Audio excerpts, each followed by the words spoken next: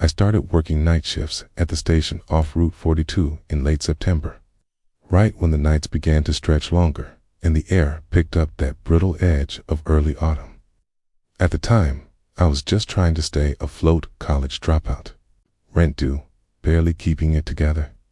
The pay was bad, the hours worse, but it was quiet. That's what I told myself when I took the job. Quiet meant manageable. I could think or not think, just ride out the hours in the hum of fluorescent lights and coffee machines and silence. The station was surrounded on 3 sides by nothing but trees. Locals called the forest Barlow Pines, and that name carried a kind of low, muttered weight when they said it, as if they didn't want to speak too loudly, like the woods could overhear. It wasn't official or anything. It's just one of those places people avoided without talking about why. I didn't ask questions. I didn't care. I needed the paycheck. My first few shifts were uneventful. The routine settled in fast. Stock the cooler, wipe down the pumps, check inventory. Customers trickled in now and then, a trucker grabbing a Red Bull, a couple of stoned teenagers looking for snacks, the occasional tired-looking traveler. But mostly, it was just me. Me, the buzz of overhead lights, and the soft, occasional beep from the register. I remember the first night I saw him. Would have passed halfway through my shift. I was mopping near the coffee station, half watching the small black and white TV behind the counter that always played reruns with the volume too low. I looked up at the sound of the door chimed, just a casual glance. There he was. He looked ordinary at first. Medium height, maybe mid-30s, clean-shaven, pale, but not unhealthy looking. He wore a gray parka with the hood pulled down, jeans, and old leather boots. No umbrella, no hat, even though it had been drizzling earlier. His hair looked damp, but not soaked. He didn't say anything, just walked in slowly, his boots squeaking faintly against the linoleum. I gave him the usual nod. He didn't respond, didn't even glance at me, wandered slowly toward the back of the store, near the coolers. I watched him on the mirror, mounted in the upper corner. He didn't grab a drink, didn't look at the chips. He just stood there, still, for about a minute, maybe more. Then turned and walked out. No purchases, no words. Weird, sure, but not unheard of. People came in off the highway all the time. Maybe he was looking for someone. Maybe he was stoned. Either way, he was gone, and I finished mopping. But the next night, same time, exactly 2:17 a.m., he walked in again. Same guy, same clothes, same silent, wandering behavior. It was eerie, not threatening exactly, but strange, and I started noticing little details. He didn't blink much. His face was too still. No fidgeting, no sighs, no idle movements. Just those slow steps, the faint squeak of his boots, the lingering silence. After 3 nights, it stopped feeling like a coincidence. After 5, it started to weigh on me. I began watching the clock as it neared to 17. I'd pretend I wasn't, but my eyes always flicked to it. And like a curse or a broken record, he'd appear. Always the same, always alone, never speaking. At first, I tried to tell myself it was just a guy with a habit. Maybe he was walking laps, trying to quit smoking, or something equally mundane.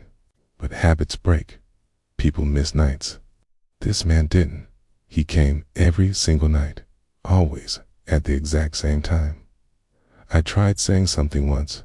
"Hey, you need anything?" I called from behind the counter. He didn't look up, didn't flinch, turned slightly toward the snack aisle, stood there, then left. It began to mess with my head. Started to dread 2:17 a.m. I'd find myself cleaning the same shelf over and over just to keep my back turned, pretending not to care. But the air always changed when he arrived. Taut, it grew heavier, colder.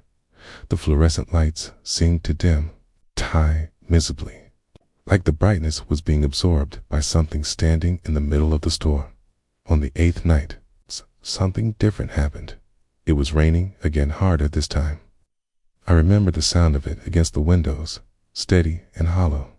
I just finished my coffee when I realized it was 2:18. He hadn't come. I stared at the clock for a long minute, weirdly uneasy. Then 2:19, 2:20. Nothing. It felt wrong, like waiting for thunder after lightning that never comes. Like holding your breath and never getting the release.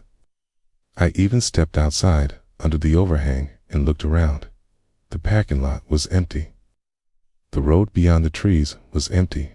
The rain came down in sheets, but the woods behind the station were still at 2:23 a.m. The door chime finally sounded. I turned so fast I nearly slipped. And there he was, same man, but this time he looked wrong. He was drenched, not from rain. His clothes were soaked through, hanging heavy and dripping onto the floor. His hood was up, shadowing his face, but I could see the water running down from under it. Not normal water either.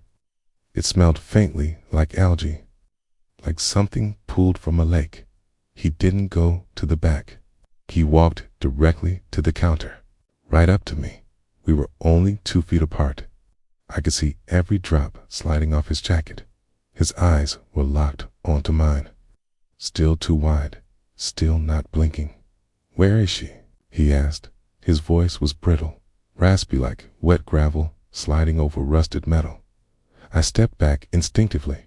Who? He didn't move, didn't flinch. She was here last time. My heart was pounding. Tried to joke it off. "Sorry, man. I think you've got the wrong place." No reaction. He stared for another long moment, then turned slowly, dripping as he walked, and exited through the door. No purchase. No further questions. I watched the puddle he left behind until it stopped spreading. The next morning, she raised an eyebrow. "What guy?" I explained everything. She looked skeptical. "There's no one on the log around that time." "Got a camera? Let's check." We pulled up the overnight footage from the internal monitor behind the counter. She scrubbed 2:17 a.m. It showed me mopping. The door chime sounded. I looked up, startled. I even said something aloud, but there was no one there. No man, no wet footprints. It's just me, reacting to thin air. I felt something twist in my gut. Could be a glitch, I said, but even as I said it, I didn't believe it. She leaned in. "It's not a glitch. Look, see your reaction. You're talking to someone. You're tracking them with your eyes." I said nothing. Then she asked, "Did he look wet?"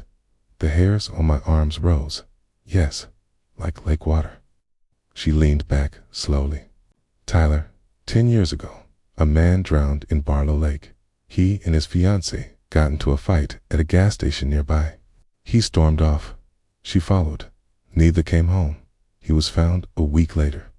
She wasn't. I tried to laugh, but it came out. "Dry, this gas station." She nodded once. The next few nights were worse. He came again. Not soaked this time, but his parka clung tighter, darker. He looked at me longer, spoke less. One night, I didn't even see him enter. I just turned, and he was standing in the snack aisle, staring straight at me. Another night, the power flickered twice at 2:16 a.m. Then the door chimed. Dan, the air felt 10 degrees colder in seconds. I started researching. I spent hours on old forums, digital newspaper archives, anything I could dig up. It was all vague. A man named Cole Venter had died in Barlow Lake. Cause: drowning. His fiancée, Lena Wills, was reported missing. Last seen arguing outside a gas station near the edge of the forest. Then I found something worse. A Reddit thread from 5 years ago, posted by someone named R. Dent. I worked at that gas station off 42. There's a guy who comes in every night at 2:17 a.m. Doesn't talk, just walks in, stands around. Don't engage. I did once. He said something about her. I had dreams about a drowned woman for weeks. I quit. I still won't drive that stretch of road. The account hadn't posted since I barely slept. My shift felt like a death sentence. Started locking the door at 2:15 and pretending the register was down. But one night, the chime sounded anyway. The door was still locked. No one outside. The sound came from behind me. I spun around. Nothing, but the air reeked of stagnant water. Finally, the last night came. I knew it was the end. I came early, brought my phone fully charged, a silver crucifix someone had given me as a joke, and my resignation already written out.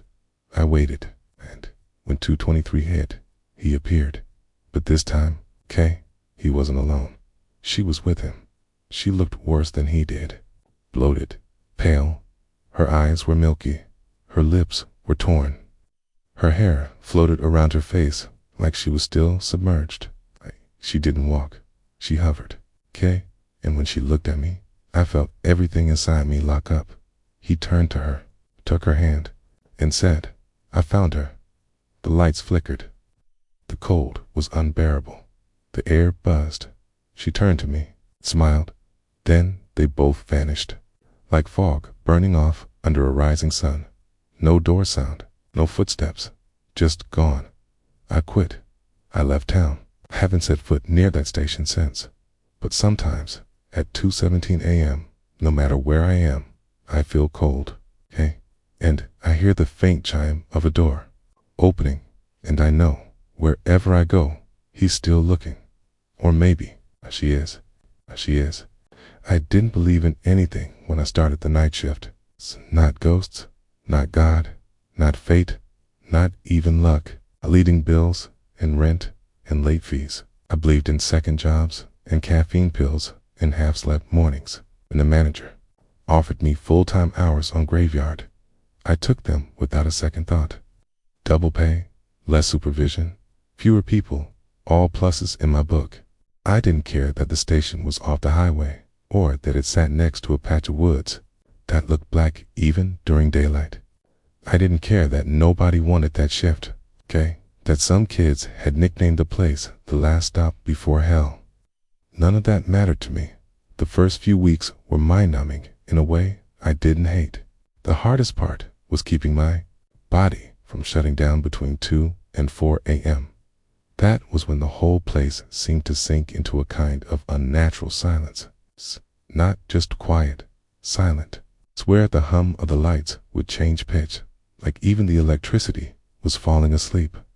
I'd sit behind the counter, sipping burnt coffee, watching moths smash themselves into the fluorescence, and wonder if time had stopped moving. Nothing strange happened for the first month. Not really, except the freezer.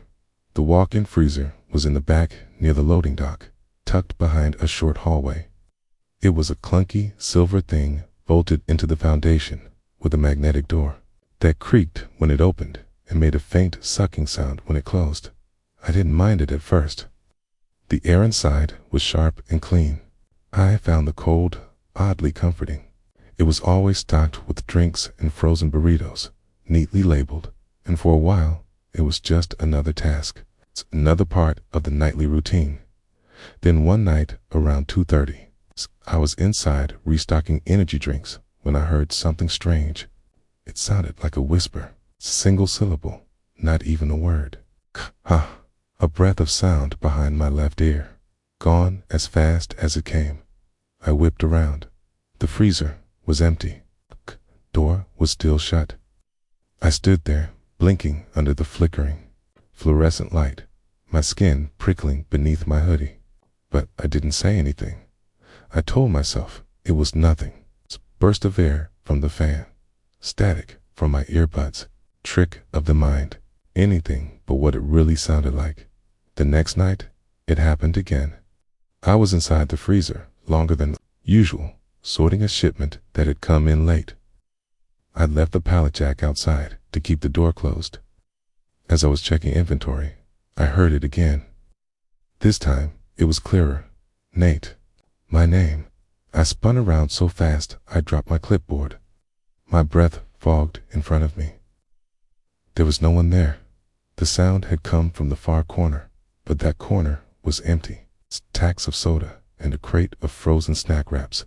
Stood there for a long time, just listening. The light above me buzzed. The motor behind the back wall groaned softly, but nothing else.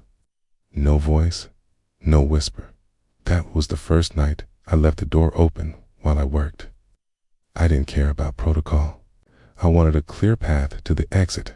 By the end of that week, I was hearing the voice even outside the freezer. Started faint, like wind catching through the ceiling tiles. But it grew. I'd be sweeping the store and hear it call from the back room. I'd step into the bathroom and hear it mutter through the vent. "Nate, help. Come back." I asked Terrence, one of the evening shift guys, if the place had weird acoustics or something. He laughed. "Man, it's just old," he said. "The pipes bang. The ice machine makes weird noises sometimes. You're probably hearing the compressor kicking on, but it wasn't mechanical." I knew that. Weren't random bangs or whirs. They were voices. Always just below the threshold of hearing. Always just clear enough to make out the dread in them. I tried recording them, brought in a cheap voice recorder and tucked it inside my hoodie pocket during my freezer restocks. The first few times, nothing. Just background noise, the rattle of shelves. But on the fourth night, I caught it at 2:41 a.m. Right before I closed the door, a voice whispered, "He sees you." It wasn't my voice. I replayed it over and over. It was quiet, rasping, like breath across cracked lips. Definitely human. I deleted the file. I couldn't bring myself to listen to it a third time. The next day, I skipped sleep and drove to the county library. I pulled every record I could on the property, building permits, old newspaper articles, police reports. I found something buried in the microfiche from 1983. Local teen vanishes after diner shifts police. Investigate bizarre footprints. The article described a 17-year-old girl, Lindsay Rowe, who disappeared after a night shift at Barlow Pines Diner, which once stood on the same lot as the station. Her co-workers said she'd gone to grab frozen meat from the walk-in freezer around 1:45 a.m. She never came out. Police found the freezer door open, the fan running, and one long, barefoot footprint made in frost leading into the freezer. None leading out. They never found her. There were other stories, too. Another teen in 1992, a store clerk in 2004. Disappearances all around the same time, all with missing footage, all associated with cold air, whispers, or the freezer. I brought it up to my manager. She laughed at me. "This isn't BuzzFeed Unsolved," she said. "Get some sleep. You're freaking yourself out." I wasn't. I knew what I was hearing. It wasn't until the night the door locked that I knew how bad it really was. It was a Tuesday. Rain had slicked the parking lot into a glassy sheen, and everything outside felt unnaturally quiet. I'd barely had any customers. I remember glancing at the clock. 2:17 a.m. I was behind the counter, staring at the security monitor, when I noticed something odd. The camera on the freezer had gone dark. I walked back to check it, figuring the cable had come loose. As I passed the snack aisle, the lights overhead flickered. The closer I got to the freezer, the colder the air felt. That wasn't normal. The freezer was insulated. It shouldn't have radiated cold that far. When I reached the door, I saw it was open a crack. Mist curled along the floor like smoke. Grabbed my flashlight and stepped inside. The light inside was off again. That buzzing fluorescent hum gone. I raised the flashlight, sweeping it across the racks. Everything looked normal till I saw the shelf on the left. A single soda bottle lay on the floor, shattered.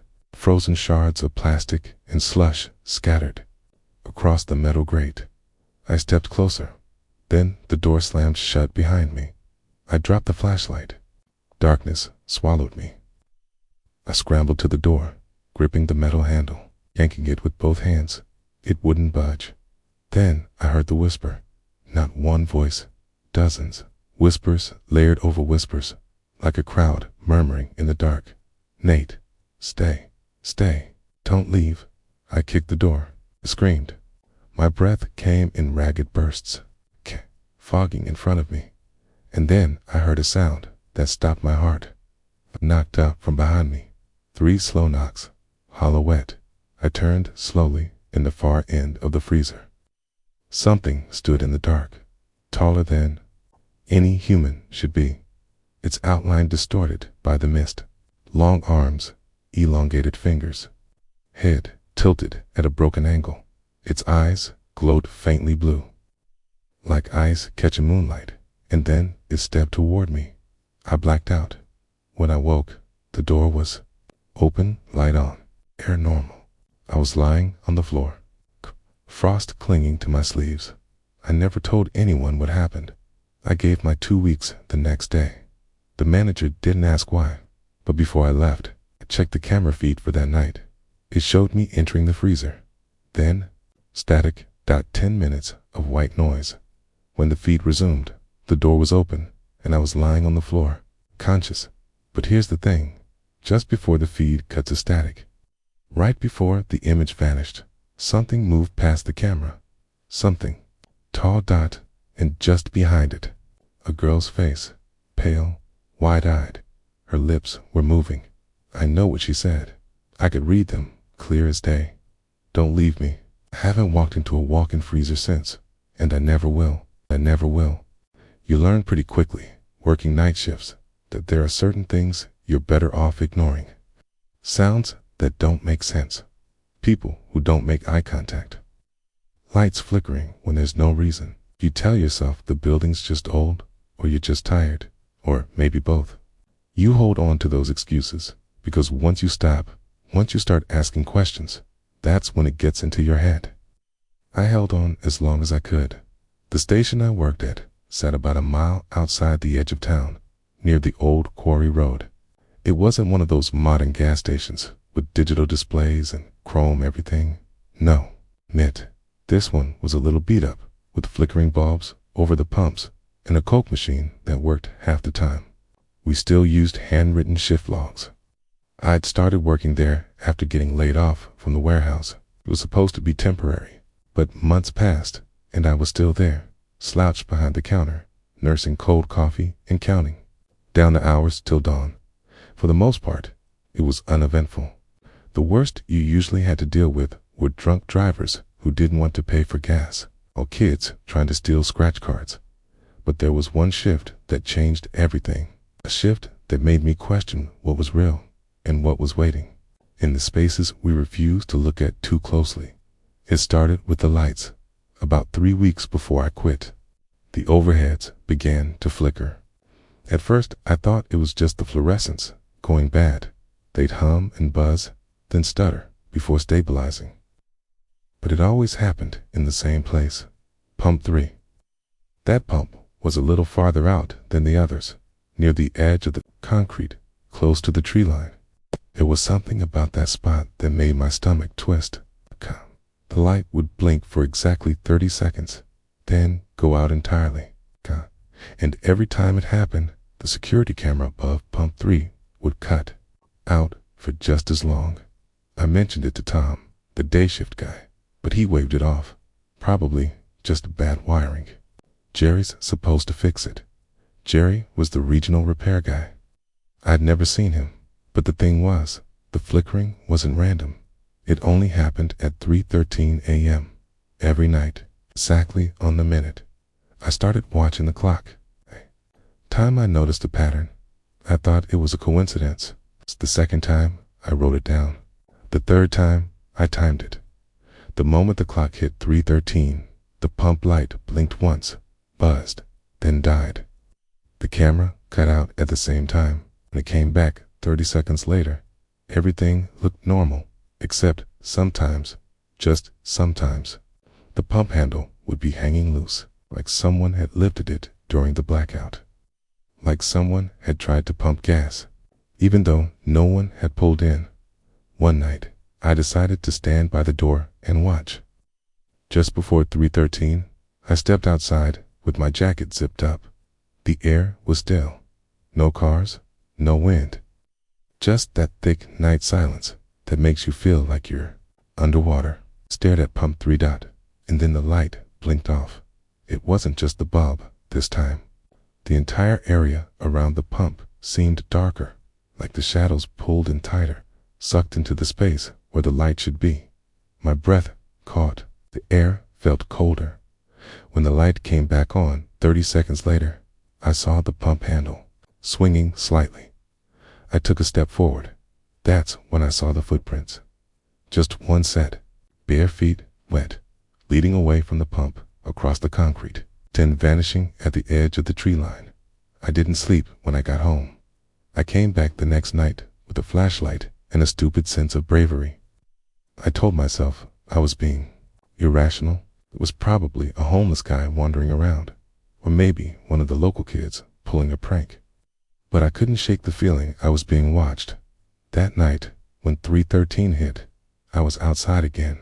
I crouched behind the ice chest and aimed my flashlight toward pump 3.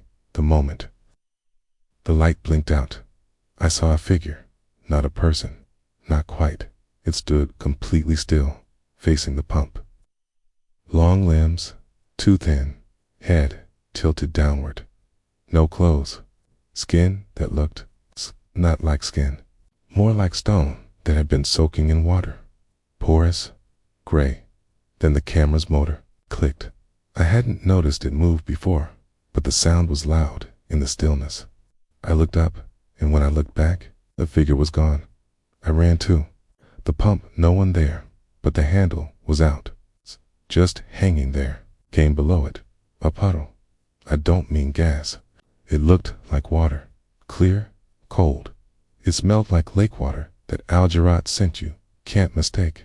The next morning, went to the back office and pulled the camera footage. I wanted proof. I needed to know if I had really seen it. But the 3:13 segment was gone. Not static, not corrupted. Gone, like someone had edited it out. The manager, a guy named Lyle, who only worked days, didn't believe me when I told him. We don't edit footage, Kay said, yawning into his coffee. It's nothing out there. Man, maybe you're falling asleep on shift. I wasn't. That night, I set up my phone on the dash of my car, pointed at pump 3, recording on a battery pack. I parked across the lot, far enough to see without being obvious. At 3:13, the light went out. 30 seconds later, it came back on. When I checked the video, the screen went black at exactly 3:13. Then the file corrupted. I gave up trying to prove it, but I didn't stop watching. And that's when things got worse. I started seeing her. At first, it was just glimpses, a shape through the glass freezer door, a flash of movement in the convex mirror near Al too. Long black hair, clinging to her skin like it was soaked, bare feet. White dress, grayish skin, like it hadn't seen sunlight in years. She never came near the counter, never approached, just stood, half hidden, like she was waiting for something. The first time I tried to follow, she vanished behind the shelves. The second time, she was standing by the mop sink in the back room, facing the wall. She didn't move, didn't even seem to breathe. I took one step toward her and blinked, and she was gone. I started dreaming of her. In those dead hours before my shift, when I tried to nap, she'd show up in my sleep, standing outside my apartment, watching from the corner of my ceiling, standing in the hallway between my bed and the door, always dripping, always silent. One dream. And I swear, it was more than a dream. She spoke. Just one word. Again. I woke up with my mouth full of lake water. That was when I started digging. I found old police reports, missing persons notice from 1996. A woman named Elise Carr, 27 years old. Last seen at the gas station. Same one. Witnesses claimed she walked out of her car barefoot in the middle of the night and into the trees. No one saw her again. A second report from 2008. Another disappearance. This time, the guy was last seen pumping gas at pump 3. The pattern kept going back further. Always around 3 a.m. Always pump 3. Always wet footprints. I printed the reports, brought them to Lyle. He skimmed them and handed them back. "Old news," he said. "Urban legends. You really buying into all that ghost crap?" Keen. Go back the next night, but I couldn't sleep either. At 3:13, I found myself standing by the window, looking out into the night like I expected to see her there. I didn't, but the floor beneath the window was damp. The next day, I returned to the station. I told Lyle I'd stay on, but only if I could swap shifts. He refused, so that night I clocked in, brought a thermos of coffee, set up a second phone recording from inside, pointing at the pumps. At 3:12, I felt it, that pressure in the air, like something holding its breath. The pump light went out, and in the reflection on the door, I saw her standing behind me, closer than she'd ever been. Her mouth was open, but the sound that came out was like gurgling, like someone speaking underwater. I turned around, nothing there, but the floor was soaked, and the register screen had gone black. I stood there, frozen. Then, on the wall behind the counter, security monitor flickered. It showed pump 3 and someone standing at it. A shape. Not her. Not the figure I'd seen before. This was a man. Gaunt, shirtless, pale. His eyes too wide. His lips moving. He was staring into the camera. Then he pointed. Not at the pump. At me. The feed cut. I quit that morning. No notice. No excuses. Lyle. Didn't ask for one, but I still wake up at 3:13. And sometimes, I swear the shadows in my apartment shift just a little. And there's the faintest smell of wet concrete. And if I listen close enough, I hear the pump click and the sound of bare feet on tile. On tile. The first thing you learn working nights at a gas station is how to be alone without feeling lonely. There's a difference. Real loneliness doesn't come from lack of people. It comes from realizing that even if something happened to you, no one would be around to notice. The nights are quiet, empty. You get used to the hollow ring of silence. The hum of the freezers, the distant buzz of moths frying on the bug zapper. After a while, the gas station becomes a world unto itself. A world where things can happen that wouldn't make sense anywhere else. And I think that's why what happened to me stayed with me so long. It didn't feel like a ghost story or a dream. It felt like something that belonged only to the night. I took the job after I dropped out of college. I'd burned through my savings, and the only place that would take me without asking too many questions was a 24-hour gas station called Hollow Pines Stop. It sat just off a quiet 2-lane road, surrounded by woods on 3 sides. The 4th side faced a long, overgrown field and a rusted-out chain-link fence that no one ever touched. The station wasn't much. 3 pumps, a handful of aisles, a small cooler section, and a busted coffee machine that sputtered steam like a dying kettle. It paid enough to get by. My first few weeks on the night shift were uneventful, boring even. I'd clean, stock, sweep, stare out at the empty road, then repeat. A car might pull in every hour or 2, mostly truckers, some late-night road trippers. Occasionally, a guy who looked like he was trying to stay awake until he could ditch a body, but nothing truly weird. Not yet. The first time I noticed something was off was during a restock run to the back. We had a cramped storage room behind the coolers that always smelled like damp cardboard and old bleach. I was back there pulling paper towel refills when I heard the front door chime ring. That soft ding that meant someone had walked in. I called out automatically, "Be right there," and finished grabbing the box.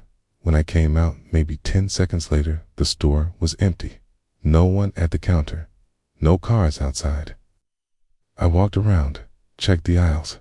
Nothing. I figured maybe I'd imagined it.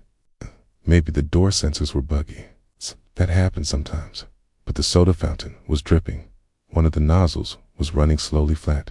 Dark cola streaming into the tray below. That freaked me out more than I expected. I shut it off, cleaned it up, and tried to forget it. But over the next few nights, kept happening. The door would chime, I'd call out, and no one would be there. Sometimes I'd hear footsteps in the back aisle, soft and shuffling, just on the edge of hearing. Once, I thought I saw someone standing at the ice cream freezer, but when I blinked, the glass was fogged, and the figure was gone. It escalated slowly. Around my third week, I started finding items moved. A bag of chips from aisle 1 turned up in the bathroom sink.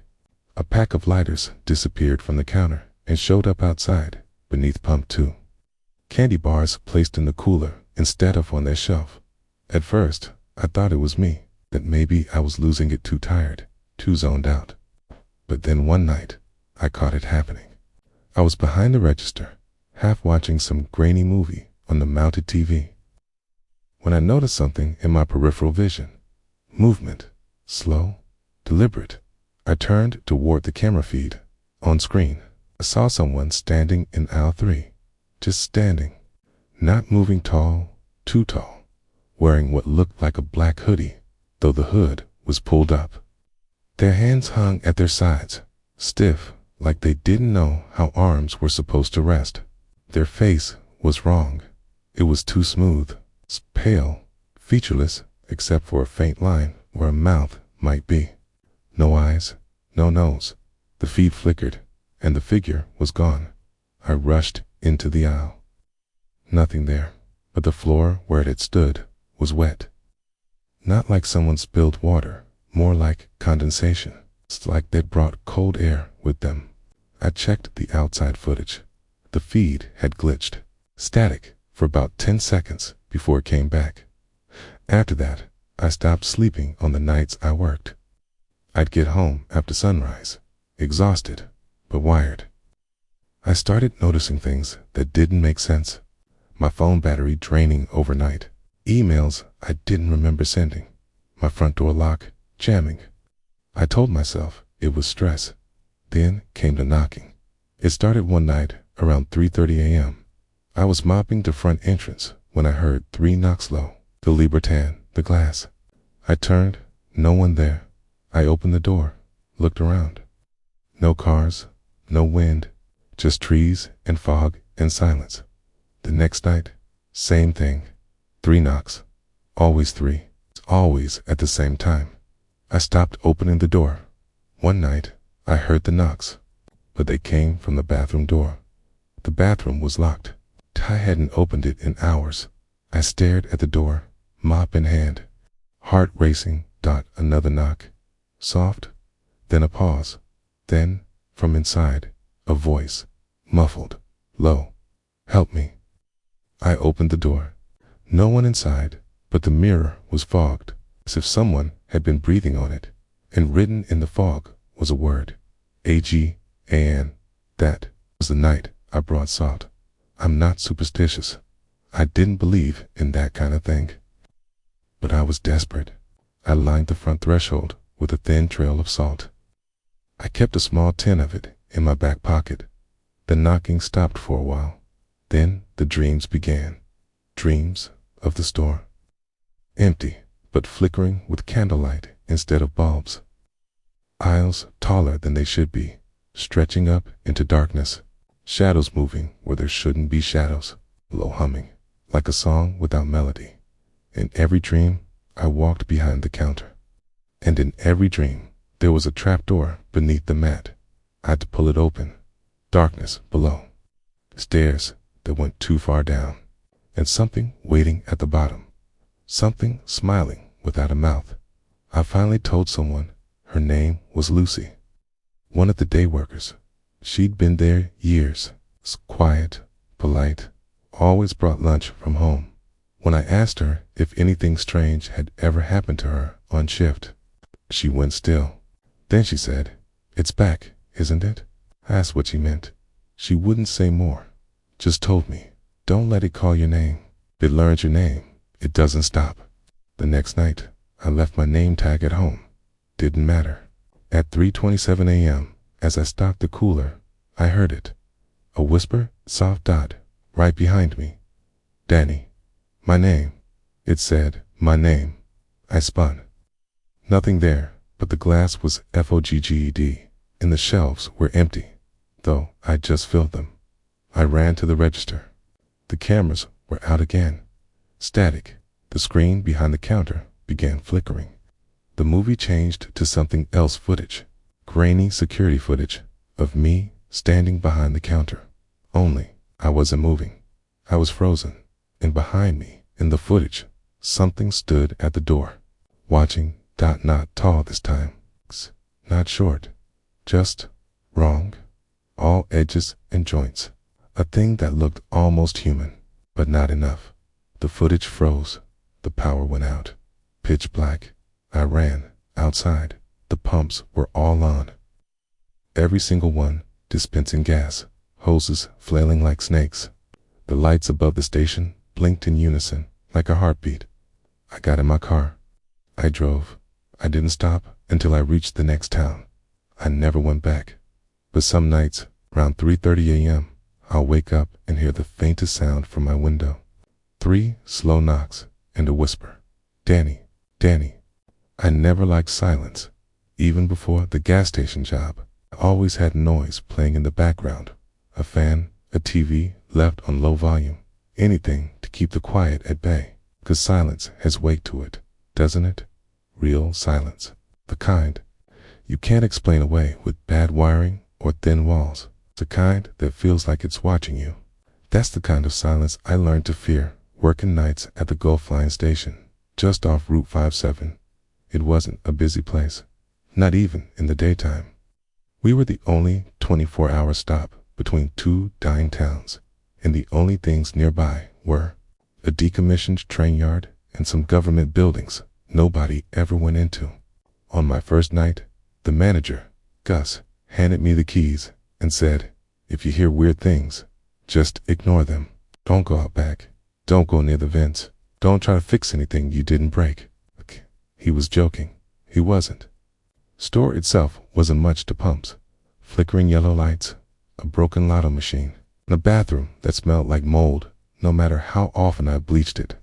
My shifts were 10 hours long, 10 p.m. to 8 a.m., 5 nights a week. Gus didn't pay much, but he didn't ask questions either, and at the time, that mattered more. The first couple of nights were uneventful, boring even. I sat behind the counter, reading old horror novels someone had left in the back room. Listened to static-filled AM stations. The occasional late-night trucker rolled in, bought a soda or smokes, then left. Every now and then I'd get kids trying to steal energy drinks. Nothing unusual. Then came night 6. I was restocking the candy shelf when I heard something odd, a faint clicking sound, like metal tapping metal. It was slow, rhythmic. I froze, listening. First, I thought it was the soda fridge compressor cycling on, but the noise wasn't coming from behind me. It was coming from above, from the vent. I walked toward the back and stood beneath the square air vent near the stockroom. The clicking was definitely coming from there. 3 clicks, then a pause, then 2 more. Click, click, click, dot, pause, click, click, dot. It stopped the moment I stepped beneath it. I remember how still the air felt in that moment. Not just quiet, completely still. No hum from the freezer, no buzzing from the lights. Like the entire station had held its breath. My skin prickled. I backed away slowly. When I turned around, the light in the bathroom was on. I hadn't turned it on. The next night, the clicking returned. This time, I heard it from the ceiling vent above the coffee machine. Same pattern. Click, click, click, pause, click. I stared up at it, half expecting something to peer out, but the vent was just a shadowed square in the tile. I turned the radio on louder and went back to stocking. But after that, the layout of the store started changing. Subtle things. The paper towel rack moved 6 inches to the left. The out-of-order sign on the lottery machine disappeared. A shelf in the stockroom, one I always used for Gatorade, was now filled with cans of pork and beans. I asked Gus about it when he came in to relieve me that morning. He just gave me a tired look. "Don't rearrange things," he said. They don't like that. They? I asked. He just walked into his office and shut the door. That night, around 3:14 a.m., the radio cut out mid-song. Dead air. Then a voice crackled through a woman's voice, soft, barely a whisper. Do you see it now? I turned off the radio, didn't turn it back on for the rest of the shift. A few hours later, I heard the door chime, but when I looked up, no one was there. The door hadn't opened. The camera feed behind the counter showed the entrance clearly. Nothing, but I swear, for half a second, saw the shape of a hand press against the glass, just the faintest outline, as if someone stood on the other side, invisible, leaving condensation where their palm touched. I didn't sleep when I got home. I started noticing more changes. The night after that, I opened the cooler door to restock milk and felt a gust of warm air blow out at me. Not cold, warm, humid, and inside, at the very back of the cooler, there was something stuck between two cartons of chocolate milk. A feather, long, black, oily. It smelled like copper and burnt hair. I threw it out and locked the cooler. That same night, the clicking came. Again, from 3 different vents. One in the ceiling, one above the bathroom door, and one behind the counter, each clicking in sync. Then the lights flickered. Once, twice, then out. Total darkness. I stood frozen, the backup emergency light casting a faint red glow across the aisles. That's when I heard the footsteps. Not boots, not sneakers, bare feet, slapping softly against the tile, coming from the back room. I wanted to move, to grab the flashlight, to hide. But I was rooted. The footsteps stopped just behind the counter wall. Then, something reached around the corner. A hand, pale, long fingers, no fingernails. Damp bit slowly pressed itself flat on the counter. Then it tapped. 3 slow taps. Click, click, click. I blinked. The lights snapped back on. The hand was gone, but the counter was wet. I almost quit. I should have, but something kept me there. Some part of me needed to know what was happening. I started bringing in a second phone, recording every shift. I brought a small mirror and placed it behind me at the register. I stopped going into the bathroom entirely. One night, I played back one of my recordings. At exactly 3:14 a.m., the sound cut out for 15 seconds, then returned. When I listened closely, I heard it, a whisper, layered over the silence. He's inside the walls. I replayed it 20 times, the same thing. Every time I moved the mirror, and I saw it, for just a second, in the reflection. Something crouched behind the snack display. Not human, not animal, just was watching. I whipped around. Nothing but the chips were knocked over. I started seeing marks on the floor. Thin, black streaks, like something being dragged. They always led to the same place, the locked supply closet. A door I didn't have a key for. Gus said it was just storage for old signage. One night, I picked the lock. It took me an hour. Inside was darkness, a narrow, empty space lined with shelves. The air was thick, musty. It smelled like iron and mildew. And in the far corner, something moved. I slammed the door shut and relocked it. The next morning, Gus met me at the entrance. "You opened it," he said. I didn't answer. He sighed. Looked older than I remembered. "It doesn't come out unless you let it feel seen," he said. "Stop looking for it." That night, I didn't look at the cameras. I kept my eyes down. But I could feel it, watching, waiting. The clicking got louder. The voice came through the radio again. "Danny's gone," it whispered. "You're next." I never told Gus my name. I never wore a name tag, but it knew I lasted 2 more nights. On my final shift, the lights failed completely at 3:14. The power cut. The backup failed, and in the dark, I heard a breathing I knew wasn't mine. It came from the walls, from the vents, from inside the floor. I ran outside, but the station doors were locked behind me, and from the inside, saw something standing at the counter, wearing my face, smiling. You know that moment when you're the only one awake in the world? When it's 3 in the morning and even the air feels asleep. That's when the quiet turns heavy. That's when you start hearing things that might not actually be there, or worse, things that are. That's what work in the graveyard shift does to your mind. It stretches time, warps routine, turns silence into something alive. I didn't believe in any of that, not until I started working the night shift at the old Trailmark Gas and Go on Route 6. The place had a history, though no one liked to talk about it. Every now and then, a local would mutter something about the fire in '89, or that weird case with the kid who vanished from Pump 4. Nothing detailed. It's fragments of rumor held together by nervous laughter. I didn't ask questions. I needed the job, and they needed someone willing to work the late shift without complaining about the pay. The store was surrounded by woods, not the kind of woods that had walking trails or wildlife signs, the kind of woods that pressed up, too close to the lot, black and dense, and somehow always damp. The building itself was a concrete box. Fluorescent lights buzzed overhead, always one bulb flickering, no matter how many times it got changed. The cooler hummed, the coffee pot hissed, and the security monitor behind the register showed a 4-way split of static-heavy footage from the lot. I thought I could handle the monotony. I thought it would be easy. It started with the messages. It appeared on receipts, just once or twice. At first, an extra line printed at the bottom after the total, like a glitch. One read, "She's waiting outside." Another, "Don't look in the mirror." I laughed the first time, thought it was a prank or some rogue code in the printer software. But the third time it happened, I wasn't laughing. That night, I rang up an old man buying black coffee and beef jerky.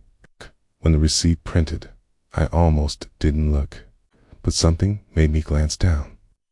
"Your reflection isn't yours." I looked up. The old man was staring at me, not at the receipt, at me. "You should leave before the red hour," he said. I blinked. "What?" He didn't answer. Took his coffee and walked out into the night, vanishing between the pumps like the darkness had swallowed him. I threw the receipt away. The next night, the power flickered at exactly 2:57 a.m. Just a quick surge, lights dimmed, cooler stuttered, and all the screens went black for a second, then back on. No big deal. But when I checked the monitor, all 4 camera feeds were frozen. Each one showed the same image, standing behind the counter. Only I wasn't moving, and there was something standing behind me. I spun around. Nothing, just the humming neon light and empty aisles. I restarted the system. The feed returned to normal. I told myself it was a tech glitch, but then came the red hour. I didn't even notice it at first. The term, red hour. That was the name I gave it later when it started happening consistently. Each night, starting at exactly 3:03 a.m. and lasting until 3:16 a.m. The store lights would dim ever so slightly, not enough to notice unless you were paying attention. The shadows would deepen. The humming from the coolers would go quiet. The air would feel thicker, and red light, faint, almost imperceptible, would leak in from outside. It's like a dawn that never arrived. That's when they came in. Not customers. Not really. They looked normal at first. Jeans, jackets, quiet expressions, but there was something off. A stiffness, slowness.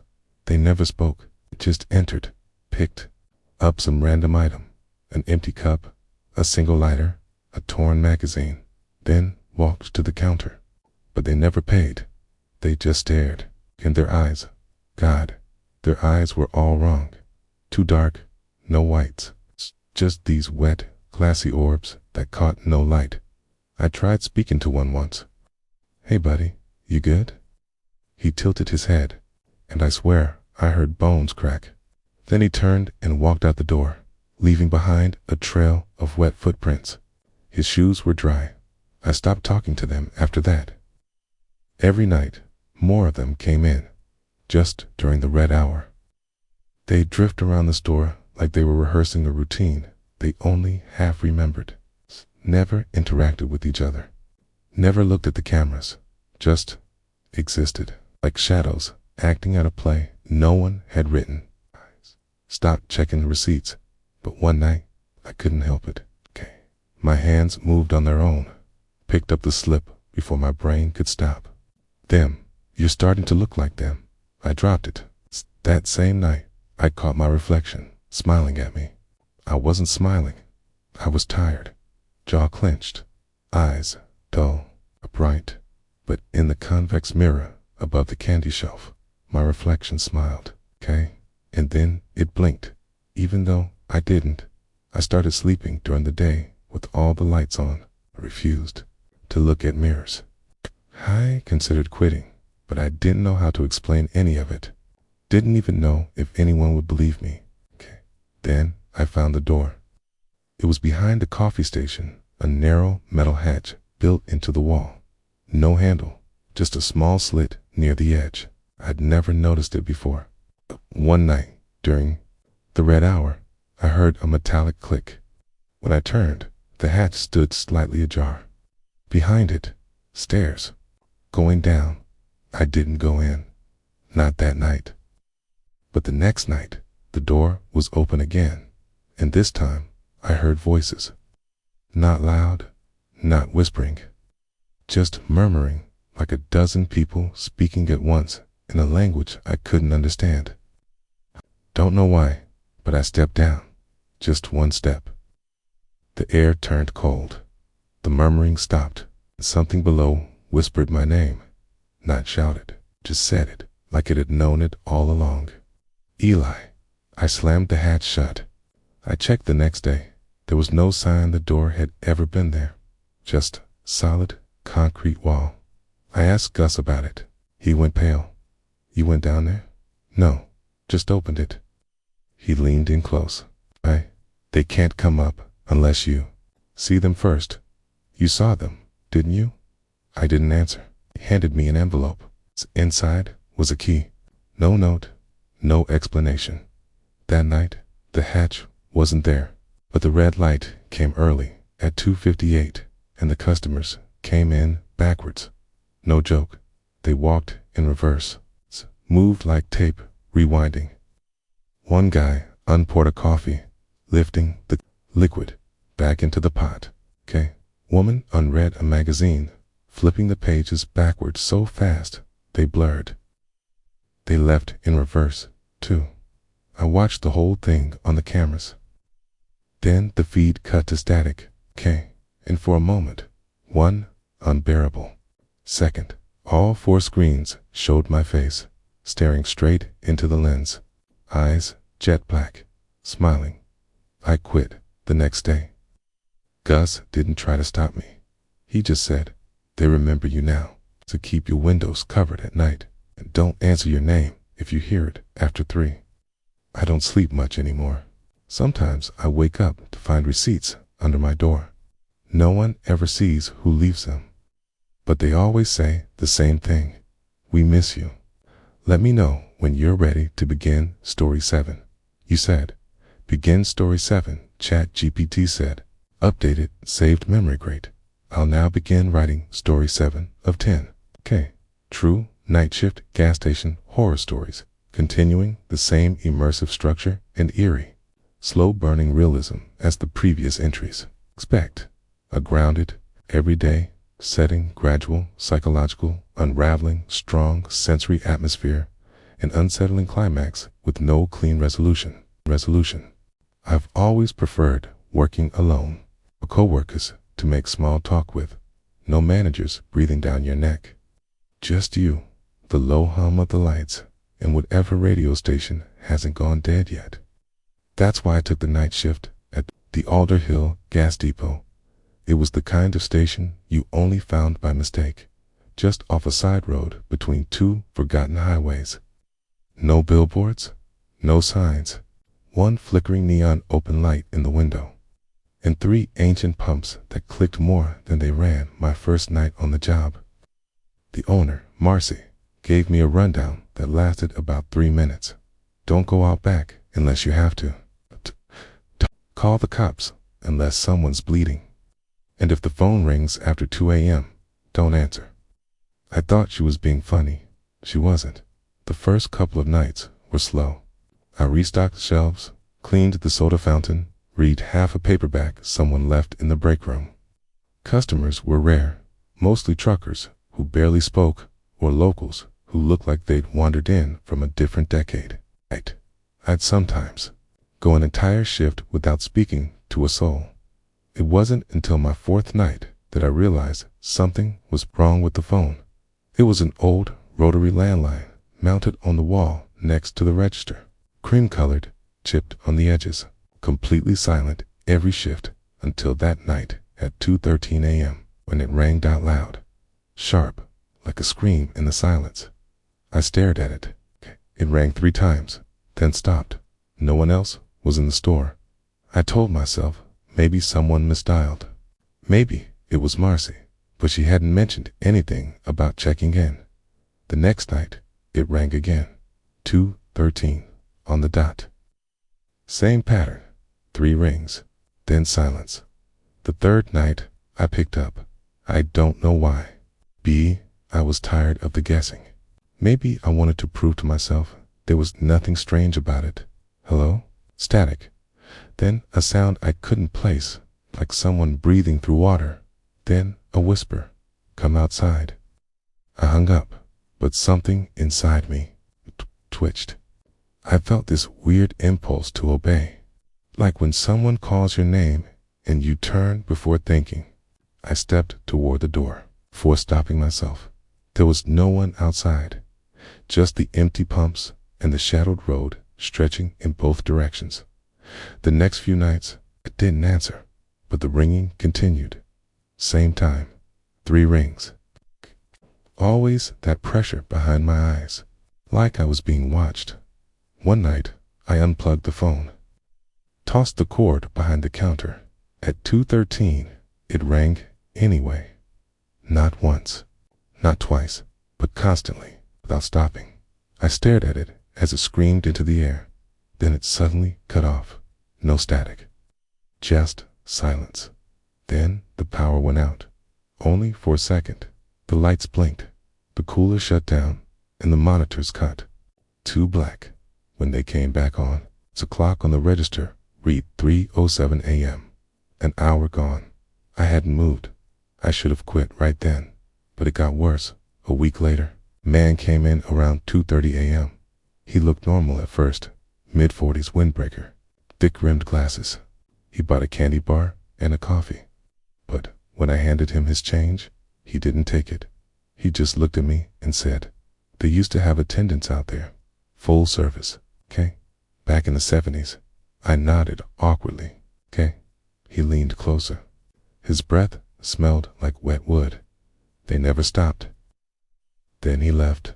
I watched him walk out, expecting to hear his car start. It didn't. I checked the lot. Empty. No car, no footprints, no sign he'd ever been there. From then on, the phone rang. More frequently. Sometimes twice a night. Sometimes 3 times. Always after 2:13. And the whispers changed. They started saying things I'd never told anyone. Don't you miss her, Mark? Why did you leave that night? She's still waiting. I hadn't told Marcy my real name. Hadn't told anyone about my past. But the voice knew. And sometimes I didn't recognize the voice anymore. Sometimes it sounded like my sister who drowned when we were kids. I stopped answering. I stopped unplugging the phone, too. It didn't matter. One night, I found the receiver off the hook, dangling by the cord. I hadn't touched it, and when I picked it up, I heard music, faint, warbled, an old piano melody, like something from a broken carousel, and under it, crying soft, childlike. I hung up and backed away. I didn't sleep that day. Then came the man at pump 3. I never saw him arrive. Never heard an engine. But at 3:20 a.m., I saw him on the monitor, standing beside the pump, staring at the store. He never moved, stood there. I waited, hoping he'd leave. He didn't. At 3:42, I blinked, and he was gone. No car, no movement. But when I checked a lot, the pump handle was swinging, and someone had scratched words into the frost on the window. "Come outside, Mark." Stopped looking at the cameras. I started keeping the lights dim. I burned sage, left a Bible open on the counter. None of it helped. One night, I found the front door wide open. No wind, no footsteps, just open. I shut it, locked it, turned around. The phone was off the hook again. But this time, the voice didn't whisper. It screamed. A sound like shattering glass and twisted metal. A scream that felt like it came from inside my own ears. I dropped the phone. The lights exploded. Every bulb in the ceiling shattered at once. Glass rained down the cooler doors, flew open, and I heard footsteps inside. Not from the door, from the stockroom, slow, dragging like bare feet over broken tile. I didn't wait. I ran. I locked the station and didn't look back. Marcy didn't ask why. I quit. Didn't seem surprised, but I still hear that phone. I haven't worked there in weeks, but sometimes, around 2:13 a.m., the landline in my apartment rings, and there's no cord attached. When I took the job at the Huxley Ridge Shell Station, I told myself it would just be temporary. A few weeks at most, until I could find something better.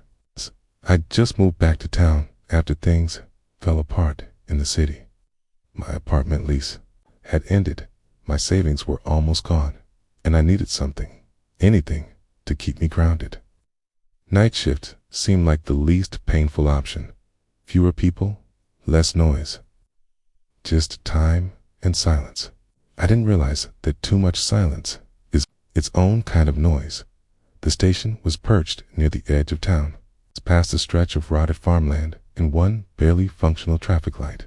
I'd driven past it as a kid and remembered it always looked a little off, like it didn't belong, like it had been dropped there accidentally and no one ever bothered to pick it up. It was one of those gas stations that never changed. The same peeling signs, same flickering fluorescents, same dented coffee machine that sputtered instead of pouring. The only new thing was the security system, which the owner, a hunched guy named Rich, insisted I never touch unless something really strange happened. That was his wording. Not dangerous. It's not suspicious. Strange. He said it like someone who'd seen strange and learned not to look directly at it. My first 2 nights passed without incident. They were slow, boring mostly. I cleaned. I stacked shelves. I watched moths die against the electric zapper by the door. Around 2:30 or 3 a.m., the fog would roll in, thick, white, and wet. So dense, the lights outside looked like distant ship beacons trying to break through. Night blanketed the pumps and the road beyond, swallowing sound. By night 4, the silence started to feel heavy. That was the first time I noticed the lights outside flickering. I glanced at the monitor above the register and saw what looked like a shape moving through the fog near pump 4. Tall, unsteady. It disappeared before I could really focus. I stepped outside. The cold hit me first, colder than it should have been. I remember my breath hanging heavy, even though it was August. The pumps were empty, but the handle on pump 4 was unhooked, swinging slightly, like someone had just finished filling up. There was no car, and the screen said, "Transaction complete, $0." Oh, I put the handle back, went inside, locked the door. I told myself it was wind. The next night, I started noticing the time jumps. They weren't big at first, just a few minutes missing here and there. I'd be restocking the fridge, glance at the clock, and it'd be 2:18. Then I'd turn around, and it would be 3:11. I hadn't moved. The shelf I was stocking was only half full, but 40 minutes had vanished. The cameras didn't help. I'd rewind the footage and see static, a stretch of gray fuzz, no audio. Then it would suddenly cut to me, standing in the same spot, blinking like I'd just come out of a trance. That happened 3 nights in a row. Then the dream started. I say dreams. I'm not sure that's the right word. In fact, didn't feel like dreams. Every time I'd blink at the register, I'd feel this strange tug, like the room was shifting around me without moving. Then I'd find myself standing outside. Not in the lot, but somewhere else. Somewhere I'd never been, but which still felt familiar. Fog. Always the fog. Canned trees, gnarled and black, curving like fingers. In the dream, I was always barefoot, always wet, always hearing whispers behind me that I could never quite make out. One night, I woke up in the back room, covered in mud. My shoes were at the register. There were no footprints between the door and where I'd been. That's when I stopped drinking the coffee. I thought the bitterness was from neglect, from the burnt filter or the rusted inside of the pot. But after that night, I poured some into a clear glass and held it to the light. It was cloudy, not just dark, cloudy, swirling like something alive was moving through it. When I dumped it out in the sink, the drain hissed. No joke, hissed. Like it didn't want me to get rid of it. I cleaned the pot, never touched it again. That's when I started seeing them, reflections, not mine. They didn't move when I did. Didn't follow. I'd be standing at the cooler door, and the glass would show 2 of me, one holding the door open, the other just standing there, staring. unmoving. Sometimes it would smile. I never smiled. One night, around 3 a.m., I caught a glimpse of someone in the window near pump 2. I thought it was a customer, finally, but when I stepped out, the lot was empty, and the fog had gone completely silent. You don't realize how much you rely on sound until it's gone. No hum from the pumps, no buzz from the power lines, an absence so deep it presses against your skin. That's when I saw the footprints, bare footprints, dozens of them, coming out of the woods and circling around the station. But they didn't lead anywhere, just circled, like something had been pacing. There was no mud, no rain, the ground was dry, but the prints were wet. The next night, I refused to look out the windows. I kept the monitors off, shut off all reflective surfaces. I turned the lights low and listened to an old cassette I found in the back room, labeled simply, "Keep Playing." It was static for the first 10 minutes, then a low humming, almost musical, and under it, faintly, "It's safer in the light." Over and over, I played it every shift after that. I didn't ask where it came from. One night, the fog turned red. No gradual shift. Just dash, bam, dash, red, dot, deep crimson light, soaking everything outside like it was coming from beneath the ground. The pumps glowed like warning beacons. The trees looked blacker. The air shimmered. I didn't go outside, but something knocked 3 times on the glass. Then again, then again. I stayed behind the register, breath shallow, heart pounding. The door clicked, unlocked by itself. I slammed it shut and wedged a chair under the handle. The fog pulsed. A shape moved past the window. Tall, hunched, wet. I couldn't see a face. Just arms too long and fingers that brushed the ground. Then it was gone. I didn't see it leave, but the knock never came again. The next day, Rich asked if I'd had any trouble. I nodded, expecting him to fire me. He just handed me a box of salt and said, "Start circling the register every night." I didn't ask questions. For 3 nights, nothing happened. Then the power cut. All at once, lights off, cameras dead, radio silent. I sat behind the counter, surrounded by my salt circle, holding a flashlight, and then I heard it, inside the store. Footsteps, wet, bare, dragging, slowly across the tile. They moved through aisle 2, then 3, then 4. I couldn't see anything, but I felt the pressure in my ears change, like something had walked too close to me, like it was inside my salt line, breathing. Then a voice. Too late now. When the lights came back, nothing was there, but the monitor showed the door to the back room. Open. I hadn't opened it. And on the wall, written in something dark and wet, "You've seen too much." I quit that morning. Rich didn't try to stop me. Just nodded, said it was bound to choose someone else 3 weeks ago. But sometimes I wake up to find wet footprints in my apartment hallway. They never come from the door. They start at my bed. I used to think isolation was peaceful. That was before I started working nights at the 24/7 Horizon fuel station on Route 29. The place sits on a long stretch of road that nobody uses unless they're lost or running from something. On maps, the road shows up as a solid line, but in person, it feels like a ghost trail. Too many potholes, too few lights. I'd never even heard of Horizon Fuels until I applied for the job. The interview was a phone call, no in-person meeting. Just a few questions about whether I had a car, could handle being alone for long periods, and was comfortable with occasional irregularities.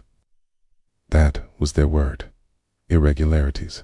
I said yes to everything, desperate to get back on my feet.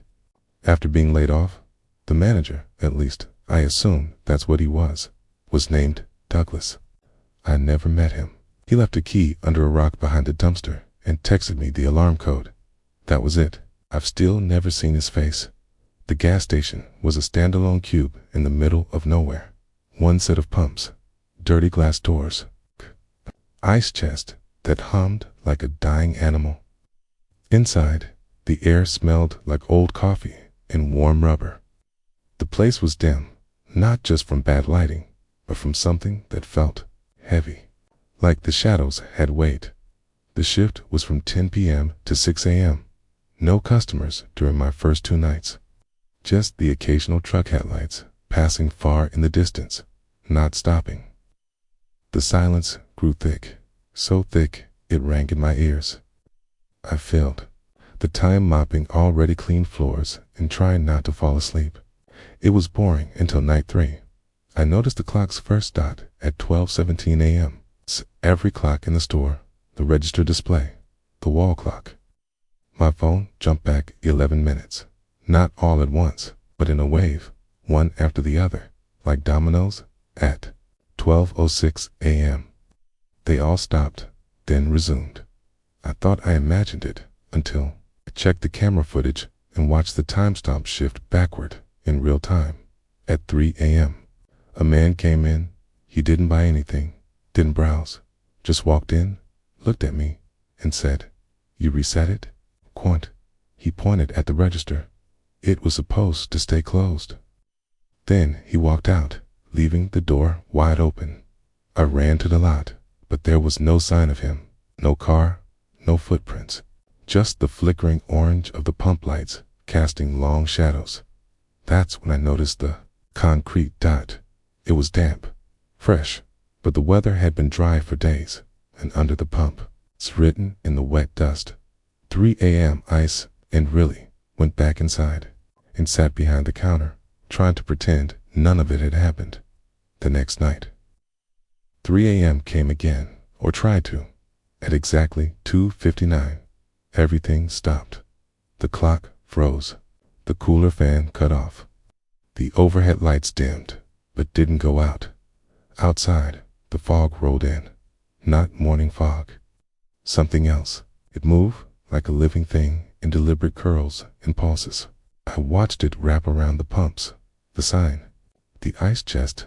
Then it pressed against the glass doors. Not drifted. Pressed, like something behind it wanted in. The door rattled. Not from wind. There wasn't any. Just a long, slow vibration, like a breath against the glass. I didn't move at 3:01. The lights came back. Everything resumed. But there was a handprint on the inside of the glass from that night on. Every 3 a.m. became stretched like time went slack. Seconds bled into minutes. The register lights dimmed. Cameras glitched. The lot outside grew impossibly dark, even with the pump lights on, and the phone rang. Always once. Never more. I never answered. But on night 7, it rang twice. When I picked up, the line hissed. "Then, you're not supposed to stay this long." The voice was me. I dropped the receiver, checked the cameras. One screen was static. The other 3 each showed a different angle of the store. But no, me behind the counter. Empty, aisle 2. Empty, outside. Fog. I stared for a full minute. Frozen then. I looked up and saw myself standing in aisle 3, not moving. Back to me. But I was behind the counter, right? I looked again. The aisle was empty. I watched the recording later. It never showed me getting up. It showed me sitting still. But it also showed someone walking down aisle 3, slow, steady, and disappearing behind the freezer. I never went back there again. The irregularities started happening more frequently. Stock would rearrange itself. Aisles shortened. One night, the bathroom door was gone, replaced by a blank wall. I didn't imagine that. I took a picture. The next night, the door was back, but the mirror inside was shattered. There was a note scrawled in lipstick across the fragments. "What did you bring with you?" Started bringing salt. I don't know why. Maybe something I read online. Maybe desperation. I poured a thin line across the entry mat at 3 a.m. It vanished. Not smudged. Vanished. Like it had never been there. I replaced it. The line held for 2 more nights. Then I saw the woman. She appeared behind pump 1. Long black dress, bare feet, pale skin that shimmered in the fluorescence like damp paper. She didn't look at the store. Didn't move. She just existed there, like a photo overlaid onto reality. The next night, she was closer. Pump 2. The next. Pump 3. Then the glass. Not outside it, inside. But she wasn't facing me, just standing there. Back to the register, head tilted to one side, arms limp at her sides. I didn't blink for what felt like an hour. When I finally did, she was gone. I watched the footage afterward. It never showed her, but it showed me staring at nothing, whispering under my breath, looping one word: stay. I don't remember doing that. That was the last night I tried to record anything. Night 14. The lights didn't come on at all. Not outside, not in, just total darkness. The kind you only feel in basements or dreams. I tried the flashlight. It flickered, then died. Then I heard breathing, slow, wet, and deep, coming from behind the counter. But I was alone, wasn't I? A whisper behind my ear. "You're not." I ran out the front, across the lot, didn't stop driving until the sun came up. When I got home, my shoes were wet, covered in the same black dust that coated the store floor after every 3 a.m. Douglas never returned my texts. The store is still there, still open, still hiring. Check the listing sometimes, and every posting says the same thing. Night shift needed. Must not look too closely.